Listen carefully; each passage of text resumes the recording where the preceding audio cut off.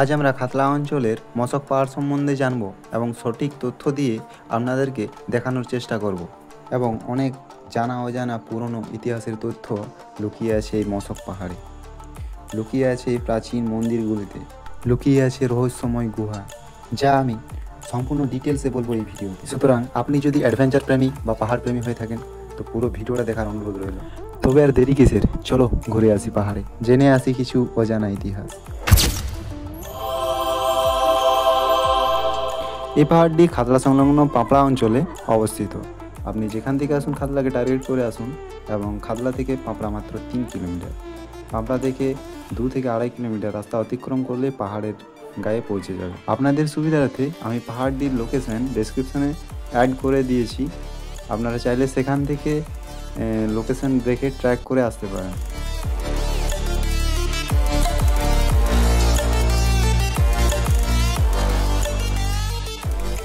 আমরা প্রায় পাহাড়ের সামনেই পৌঁছে গেছি এবং এখানকার গ্রাম্য পরিবেশ আপনাকে মনোমুগ্ধ করে তুলবে। এখানে দেখতে পাবেন নিস্তব্ধ শান্তি শৃঙ্খলা পরিবেশ আর কিছু রাখাল বালক।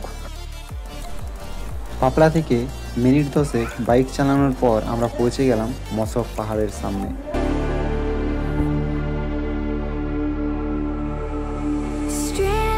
যেহেতু আমরা অফ সিজনে ওখানে গিয়েছিলাম, তাই এরকম ছোট ছোট গাছপালা রাস্তা আঁকড়ে বসে আছে, মাঝে সরু রাস্তা। ওই রাস্তার মধ্য দিয়ে আমরা কষ্ট করে পাহাড়ের গায়ে ওঠার চেষ্টা করছি। পাহাড়টির উচ্চতা 112 ফুটের মতো, তেমন একটা খাড়াও নয়, তবুও আপনি শেষ পর্যায়ে উঠে ক্লান্ত হবেন, কেননা এখানকার আবহাওয়া ভাপা গরম টাইপের, যেটা সব বন জঙ্গল এলাকায় হয়ে থাকে।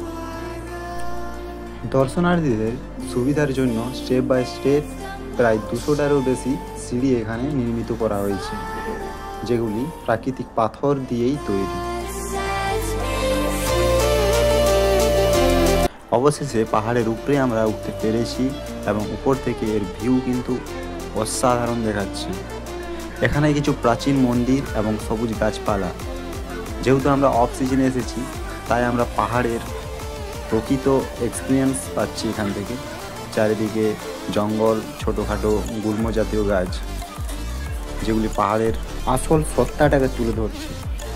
একটা আলাদাই অ্যাডভেঞ্চার টাইপের ফিল হচ্ছে। প্রকৃতিকে সাজিয়ে গুছিয়ে রাখার নয়, যেখানে সাজানো গোছানো সেখানে প্রকৃতির কোনো ভূমিকা নেই। প্রকৃতিকে প্রকৃতির মতো থাকতে দাও, তাহলেই প্রকৃতির আসল মজা খুঁজে পাবেন। পাহাড়ের উপরে উঠতেই এরকম ছোট ছোট ভাস্কর্য এবং অসংখ্য ফুলের গাছ দেখতে পাবেন, যেগুলি ট্যুরিস্টদের দৃষ্টি আকর্ষণ করে। দেখতে পাবেন অতি প্রাচীন একটি বাবা ভোলেনাথের মন্দির, যেখানে স্বয়ং বাবা ভোলেনাথের শিবলিঙ্গ স্থাপিত রয়েছে এবং এটি প্রাচীন কাল থেকেই পূজিত হয়ে আসছে। এখানের সাধু সন্ন্যাসীরা এটাকে প্রতিদিন পূজিত করে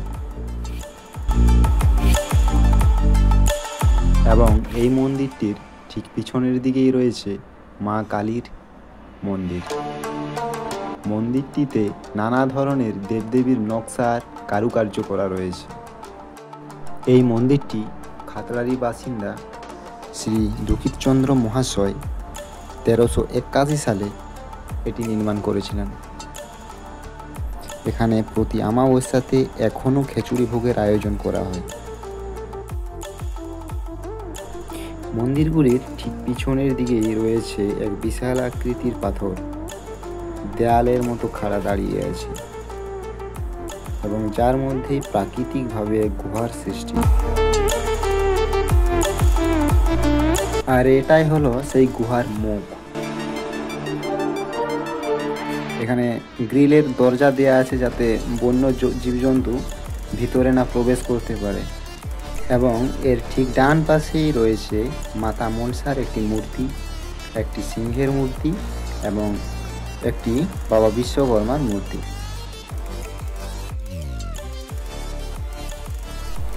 গুহার মুখে প্রবেশ করতেই একটা মা দুর্গার মহিষাসুর বধের একটা মূর্তি দেখতে পাবেন।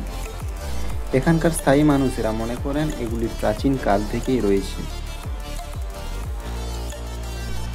গুহার বাইরের দিকের তুলনায় ভিতরের দিকটা সরু এবং অন্ধকার। অন্ধকার ঠেকাতে আমরা ফোনের ফ্ল্যাশ লাইটটি ব্যবহার করলাম।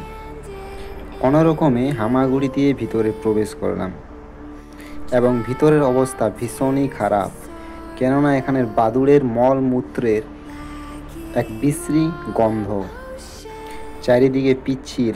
ভিতরের ফাটল দিয়ে ছোট ছোট জলকণা ভিতরটাকে স্যাঁতসেঁতে ম্যাজম্যাজে করে তুলেছে। গুহাটির শেষ পর্যায়ে আসতে মা কালীর এই মূর্তিটি এখানে রয়েছে।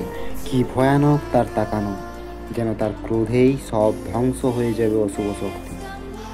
লোকমুখে শোনা যায় এর নিচে রয়েছে পঞ্চমুনির আসন, যেখানে নিরুপক্ষ মুনি বহুদিন ধরে সাধনা করেছিলেন এবং ওনার পরে রঘুনাথ দাস এবং তারপরে দয়ানন্দ ভৈরব, এখানে অনেক মুনি এখানে সাধনা করে গেছে। মূর্তিটির উল্টো দিকেই রয়েছে আর একটি সরু সুড়ঙ্গ, যেটা এখন আপাতত বন্ধ রয়েছে। প্রাচীন তথ্য মতে এক সময় স্বাধীনতা সংগ্রামী বিপ্লবীদের আত্মগোপনের জায়গা ছিল এটা। আবার অনেকে বলে এখানে নাকি কোনো এক রাজা তার প্রচুর ধন সম্পদ লুকিয়ে রাখে বর্গী রাজাদের হাত থেকে, সেগুলিকে রক্ষা করার জন্য।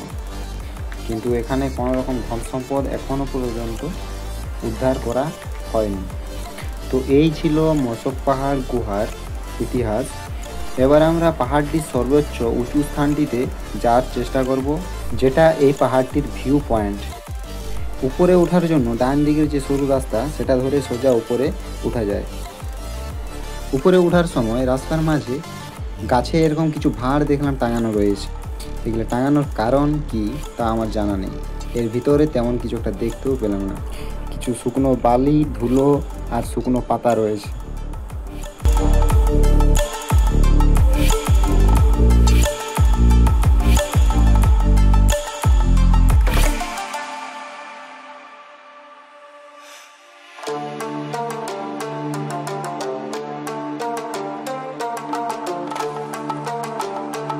2 মিনিটের মাথায় আমরা উপরে উঠে এসেছি। উপরের থেকে খাতলার ভিউ এরকম। হয়তো ক্যামেরাতে ভালো দেখাচ্ছে না, কিন্তু বাস্তবে অনেক সুন্দর লাগছিল খাতলাকে। তার কিছু আমি ছবিও অ্যাড করে দিলাম।